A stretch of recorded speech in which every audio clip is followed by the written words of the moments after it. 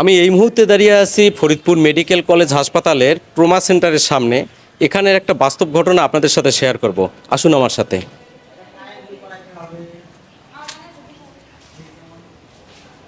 দর্শক, আপনারা এই যে পিছনে যে বোনকে দেখছেন, এই বোনটির ডান হাতের যে অবস্থা খুব একটা ভয়াবহ অবস্থা। উনি আজকে প্রায় 8 থেকে 10 দিন যাবৎ এই ফরিদপুর মেডিকেল কলেজ হাসপাতালে ভর্তি অর্থাৎ চিকিৎসাধীন অবস্থায় আছেন এবং পাশাপাশি ওনার যে চিকিৎসার প্রাথমিক চিকিৎসা সহ বর্তমান যে চিকিৎসা সব কিছু প্রক্রিয়াধীনে আছে। আর এই চিকিৎসার পিছনে যারা কাজ করে যাচ্ছেন, আমাদের এই ফরিদপুরে কিছু কৃতি সন্তান আছেন, তাদের একটা স্বেচ্ছাসেবী সংগঠন আছে। সংগঠনটার নাম হচ্ছে মানুষ মানুষের জন্য।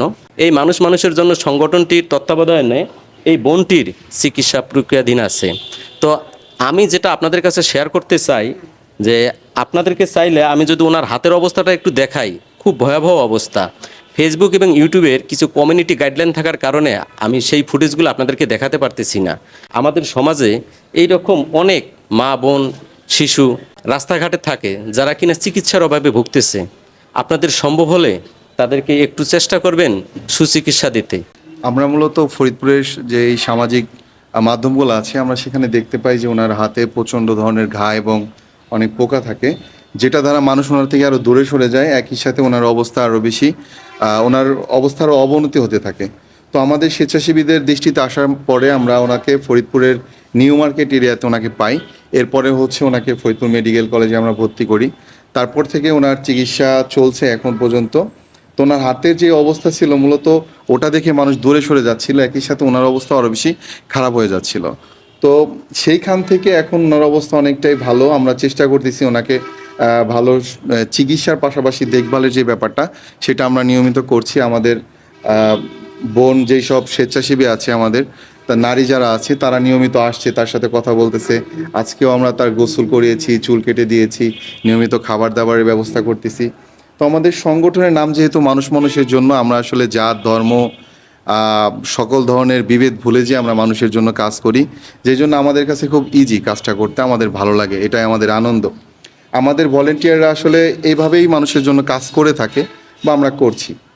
এই হচ্ছে ওনার বর্তমান অবস্থা। আগামী 2-1 দিনের মধ্যে কিছু ওনার টেস্ট বাকি আছে। এই টেস্টগুলো হলে হয়তো ওনার হাতে ওটি করতে হবে, সেটার প্রসেসিং হয়ে গেছে অনেকটা রেডি। সব কিছু ঠিকঠাক থাকলে আগামী রবিবার ওনার ওটিটা সম্পন্ন হবে ইনশাল্লাহ। আপনারা যখন ওনাকে নিয়ে আসলেন এবং ট্রিটমেন্ট করতেছেন, তো এখন পর্যন্ত কি ওনার পরিচয় বা ঠিকানা কিছু পেয়েছেন? না, আমরা এখনও পর্যন্ত ওনার কোনো পরিচয় আমরা পাইনি। বিগত দিনে আসলে আমরা যাদেরকেই ট্রিটমেন্ট করেছি অজ্ঞাত, সবারই আসলে পরিচয় থাকাটা জরুরি।